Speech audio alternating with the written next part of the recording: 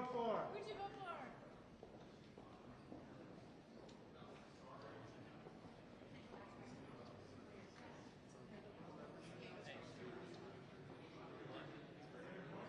So important.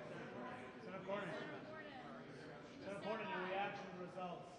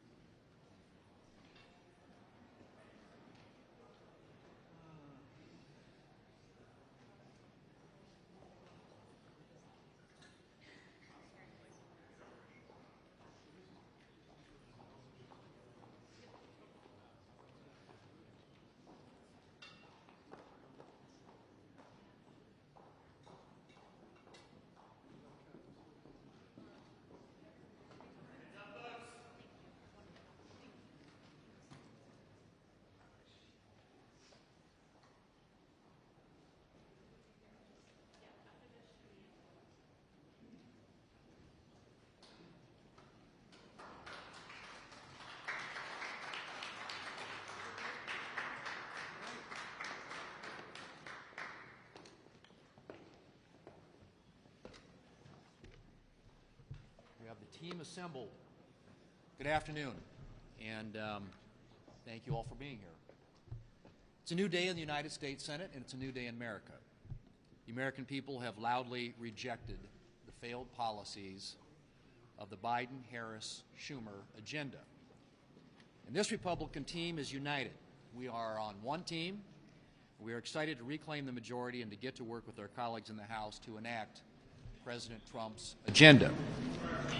We have a mandate from the American people, a mandate not only to clean up the mess left by the Biden-Harris-Schumer agenda, but also to deliver on President Trump's priorities. We will make sure that the President and his team have the tools and the support that they need to enforce border security laws and to remove the violent criminals who are wreaking havoc in every one of our states. We will work to make America prosperous again by streamlining the bureaucratic machine and overturning costly Biden-Harris regulations.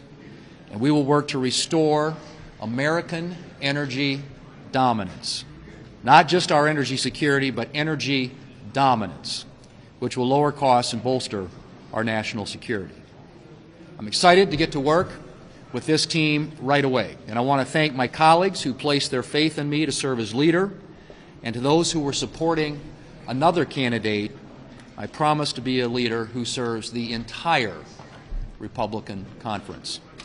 We'll have an ambitious agenda, and we'll take each and every Republican working together to be successful. With that, I want to turn things over to Senator John Barrasso, the newly elected Republican whip. Thank you. On election night, America saw the remaking of the Republican Party for the better. This election was about the answering to the question of, are you better off now than you were 4 years ago? And the American people said no. Only 1 in 4 Americans thought that the country was heading in the right direction. And you've seen the Republican Party grow in terms of hardworking middle-class families, in terms of minorities, in terms of young people, in terms of families struggling to get by.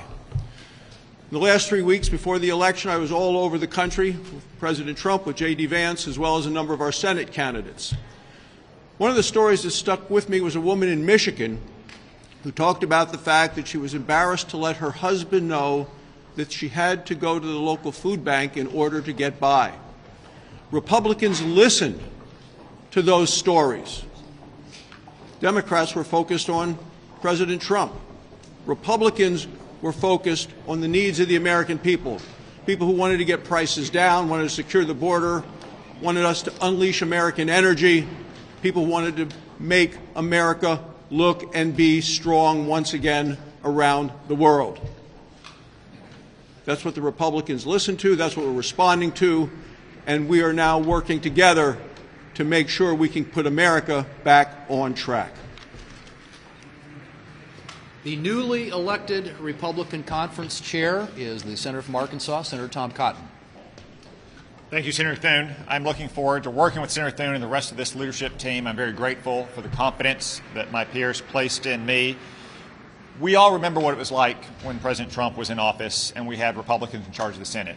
We had low prices, we had high wages, we had a secure border, we had a strong military, we had a peaceful, stable world. Starting on January 3rd, that's what we'll all be working to build again with President Trump, with Mike Johnson, and the rest of the House Republicans on behalf of the American people. Thank you all. Thanks, Tom. The newly elected Republican Policy Chair is the Senator from West Virginia, Senator Shelley Moore Capito.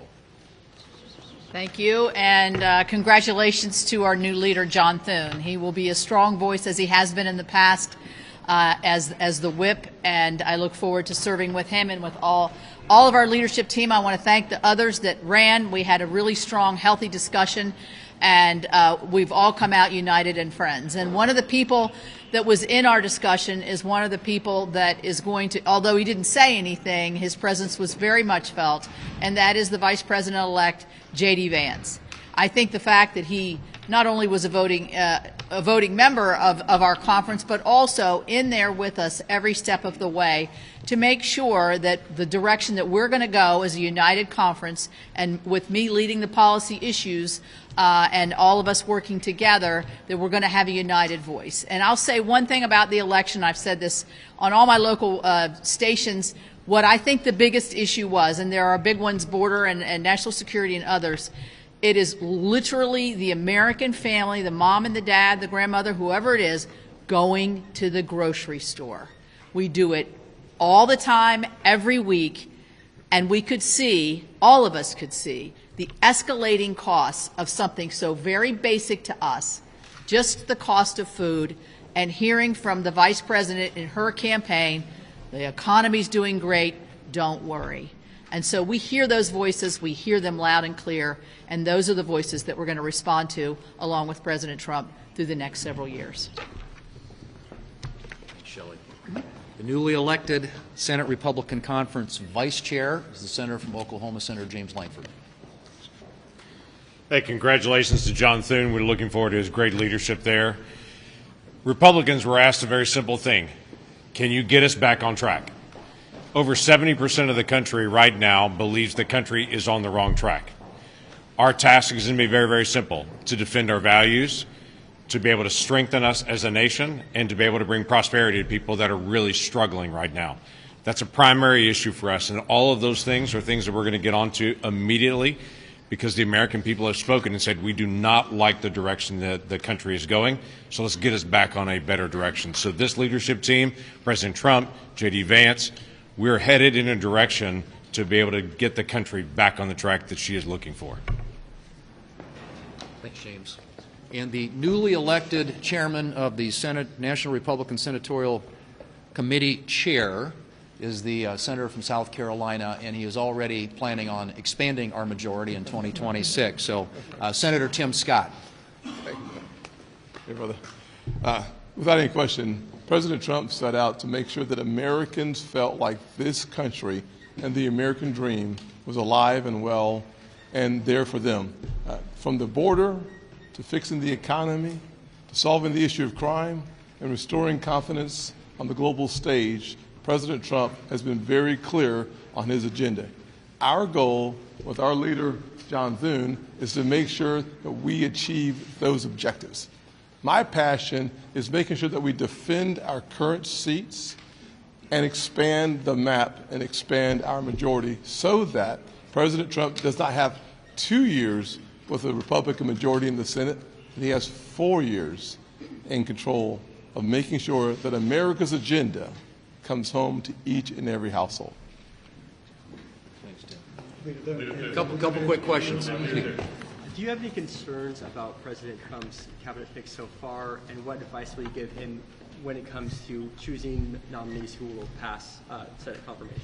Well, as you know, the Senate has an advise and consent role under the Constitution, so we will do everything we can to process his noms quickly, get them installed in their position so they can begin to implement his agenda. Leader Thune, you said that recess appointments are on the table. That's a key demand from President-elect Donald Trump. Will you move forward with that? Well, what we're going to do is make sure that we are processing his nominees in a way that gets them into those positions so they can implement his agenda.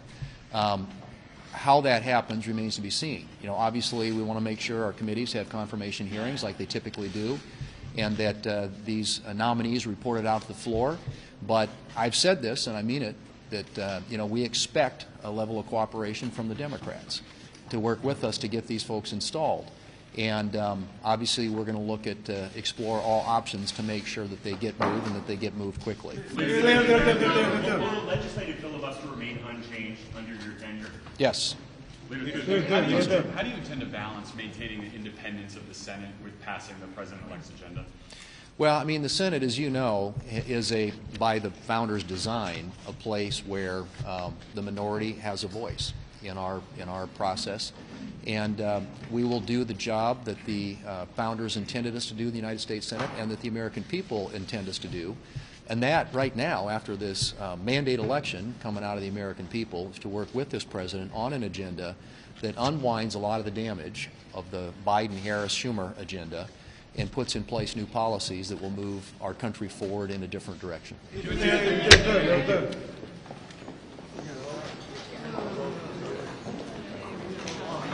Yeah, for a while.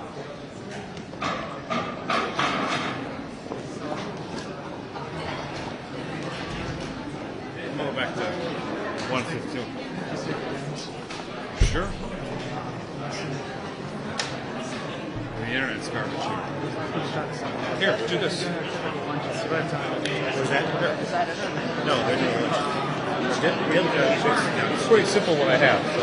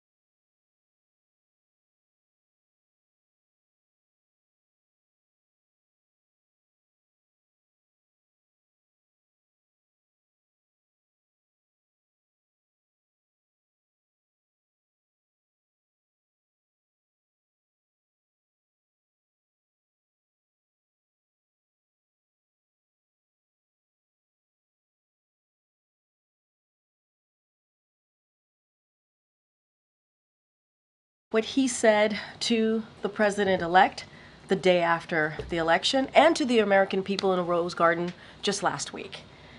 We will have an orderly transition and a peaceful transition of power. With that, as you can see, I have the National Security Advisor with me, Jake Sullivan, who is going to preview APEC in Peru and also G20 in Brazil. The president is going to be leaving tomorrow, as you all know. And Jake, the floor is yours.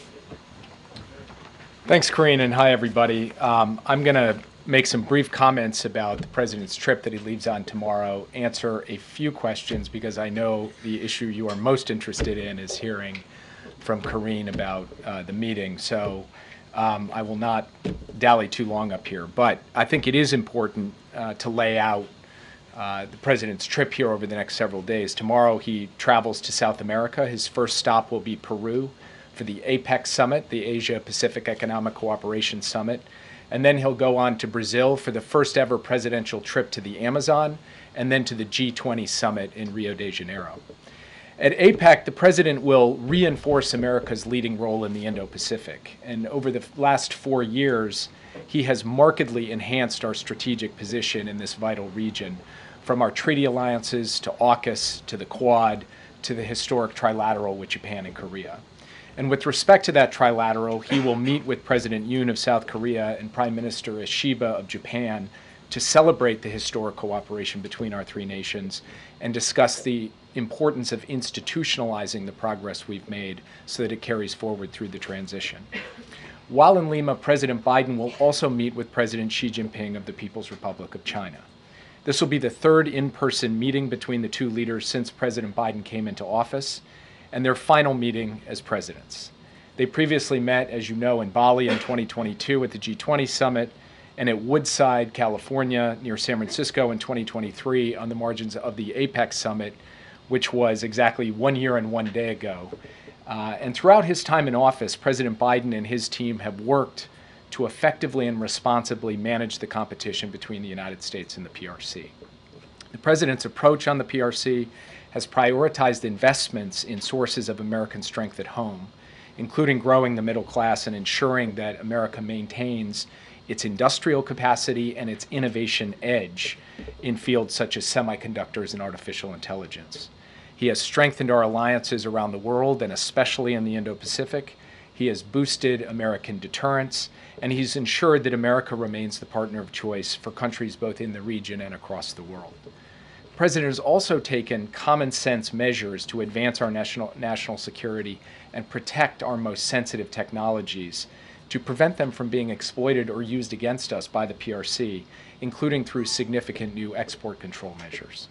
At the same time, the President has demonstrated that the U.S. and the PRC can manage our differences and prevent competition from veering into conflict or confrontation. And he's done that by ensuring the maintenance of open lines of communication at the leader level, at the military-to-military level, and at every level of our respective governments. And we've also worked to advance cooperation where our interests align, including on counter-narcotics and climate change, which is what the people of our two countries expect and what the world expects. And this meeting between President Biden and President Xi will be an opportunity to ensure a smooth transition and also to continue to keep those channels of communication open, including those especially critical military-to-military channels of communication. Of course, in Lima, President Biden will also meet President Boluarte of Peru to mark the strength and durability of our bilateral relationship with Peru. After that, the President will travel to Brazil, and he'll start with a historic stop in the Amazon to underscore his personal commitment and America's continuing commitment at all levels of government and across our private sector and civil society to combat climate change at home and abroad. And this has been obviously one of the defining causes of President Biden's presidency. While in Manaus, in the Amazon, President Biden will visit the rainforest, engage with local leaders who are working to preserve and protect this critical ecosystem. And as I noted, this will be the first ever visit of a sitting U.S. president to the Amazon. President Biden will then travel to Rio de Janeiro to participate in his fourth and final G20 Leaders Summit. High on the agenda there will be issues associated with debt sustainability for low and middle income countries, mobilizing finance for infrastructure, physical, digital, energy infrastructure around the world, and also dealing, obviously, with the major geopolitical issues of the day, from Ukraine to the Middle East. As you all know, the G20 is a unique forum. It includes both our closest allies and partners, as well as our adversaries. And pulling this group together around shared challenges is never easy, but we do expect to make some progress, particularly around debt and finance during our time in Rio. The President, of course, will also meet with President Lula of Brazil. The two leaders have really built a strong, productive relationship over the last 4 years, and they're looking forward to have their final meeting together as presidents as well. So we've got a busy week ahead of us, and with that, as I said, I'll take a few questions and then turn it back over to Korean. Yeah. Thanks again for doing this, Jay. In the run-up to the election, President Biden warned that allies were worried about America's commitment to the world. What's his message to those allies after this election? Well, he's going to have the same message that he's had for 4 years as president, which is that he believes that America's allies are vital to America's national security. They make us stronger. They multiply our capability. They take a burden off of our shoulders. They contribute to our common causes, including the cause of standing up for freedom and territorial integrity in Ukraine.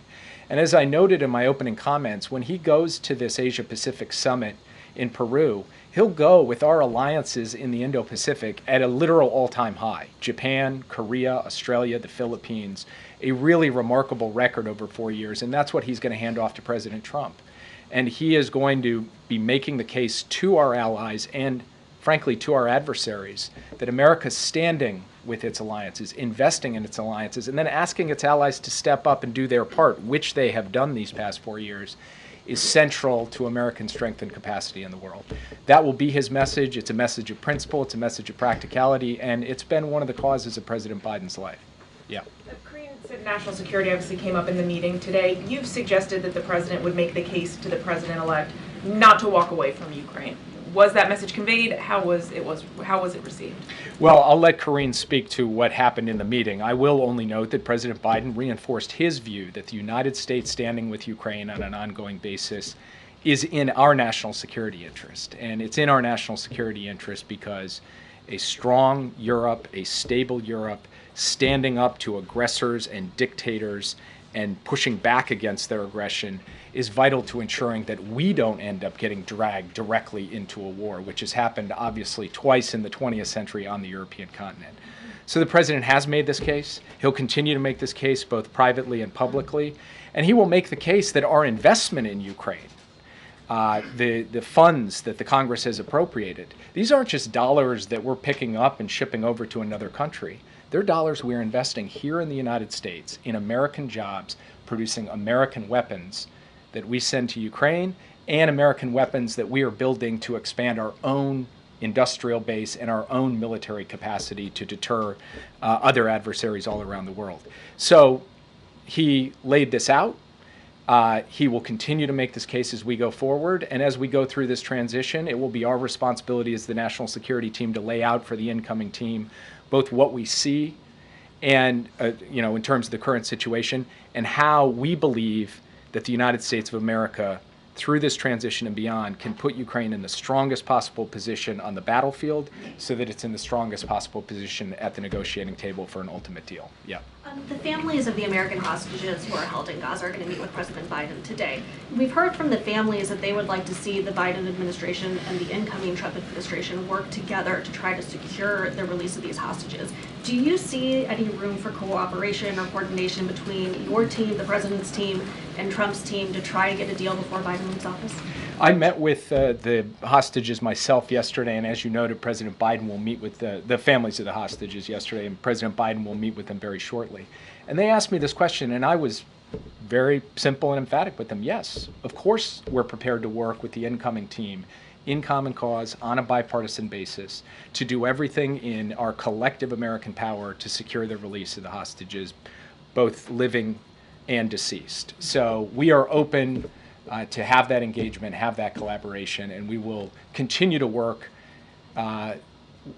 in every remaining day that President Biden has in office, that we have in these jobs, to try to bring those hostages home to their loved ones. Just to clarify real quick, though, there's been no discussion here with the Trump team about doing that? Well, I will say that this is a topic, obviously, the American hostages being held in Gaza that President Biden and President Trump covered today. But we have not had the opportunity to engage with the incoming team yet. I'm only expressing, standing here today, as I did to the hostage families yesterday, we are very much willing to do so. And we've sent a signal to the incoming team that we're prepared to work with them on this issue, as with every other issue, because President Biden's cardinal direction to us is ensure a smooth and orderly transition. On that, are you finding the Israelis as responsive to Biden administration inquiries or requests, given that we know the Prime Minister is in pretty frequent touch with the President-elect? I had the opportunity to sit down yesterday with the Israeli Minister of Strategic Affairs, Ron Dermer. We had a detailed discussion about every element of the current situation in the Middle East, and it was a constructive discussion. We are still actively working in support of our common efforts to push back against our common adversaries, to try to deal with the situation in Gaza, in Lebanon, and directly with respect to the Islamic Republic of Iran. And just to give you an example, we are working on an ongoing daily basis to try to increase the amount of humanitarian assistance getting into Gaza, given the suffering of the innocent civilians there who are trapped amidst the crossfire between the IDF and the terrorist group Hamas. We have made some progress in that regard. We extracted further commitments from the Israeli side over the course of the past couple of days. We want to see those commitments followed through on. So we believe that we can continue to work across the board on all of the relevant issues, whether it's humanitarian assistance or it's ensuring the defense of Israel against Iranian attacks, or it's working on ceasefire efforts and a hostage deal in Gaza, or it's ultimately bringing a diplomatic resolution to Lebanon, which we're actively working on. We'll continue to do that every day that we have remaining in office. Jake, I know you can't speak to what happened in the meeting earlier. We'll ask Karine about that. But 8 years ago, then President Obama explicitly warned incoming President Donald Trump about the urgent threat posed by North Korea. He said it was the most urgent national security threat the U.S. was facing at the time.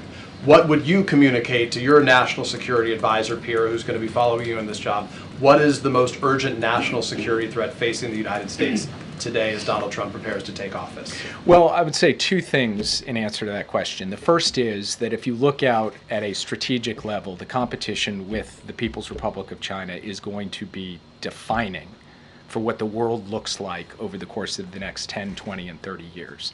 And so that has got to be a paramount priority for the incoming administration.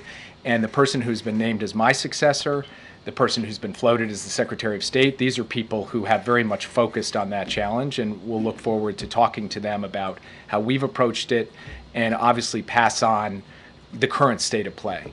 Then there's the most immediate issue, which is Iran and its proxy groups continue to take actions that directly threaten Americans and American interests in the Middle East, and that has to be dealt with on an urgent basis.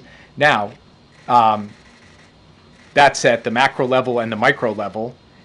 In between those two, you have an ongoing war of aggression by Russia against Ukraine, representing a larger threat to European security and therefore global security, and you've got North Korea coming behind to provide troops in that war. So these are all issues for which we have clear approaches, working in coordination with allies and partners, and we're going to try to ensure that we pass off each of these areas to the next team in a way that is as smooth as possible. Last time he was, just to follow up quickly, last time in that same meeting, Obama told Trump that he had real concerns about the hiring of a national security advisor, Mike Flynn. Donald Trump ultimately hired Mike Flynn.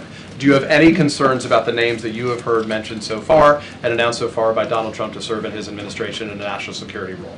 I know some of them. I've engaged with some of them, and people like, for example, Congressman Waltz, who's been named to be my replacement. He's somebody that I have engaged with in the past. I respect his service to this country in uniform. He's put his life on the line.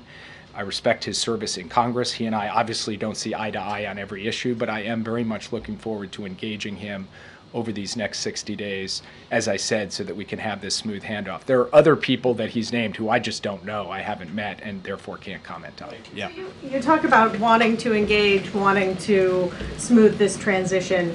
Why hasn't it happened yet? Is is the signing of the MOUs an actual issue that is preventing you from coordinating with the incoming Trump team? So I'll defer to Karine to kind of go into the nitty-gritty. What I'll say at a broad level, though, is the MOU creates the opening for the landing teams to arrive at the agencies, to include the NSC. But that doesn't mean that we can't reach out and get, and express our willingness to engage with our counterparts, our incoming counterparts.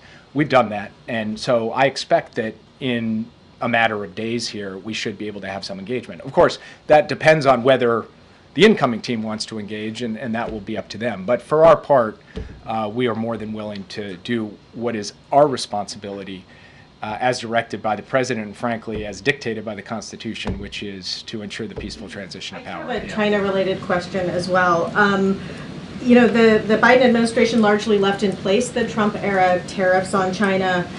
The policy towards China hasn't been wildly divergent. Do you see the potential for bipartisan agreement on the relationship with China in the next administration or going forward?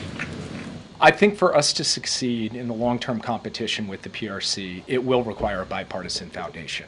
The best traditions of American foreign policy have always had a bipartisan element, and many aspects of the policy that we have pursued in this administration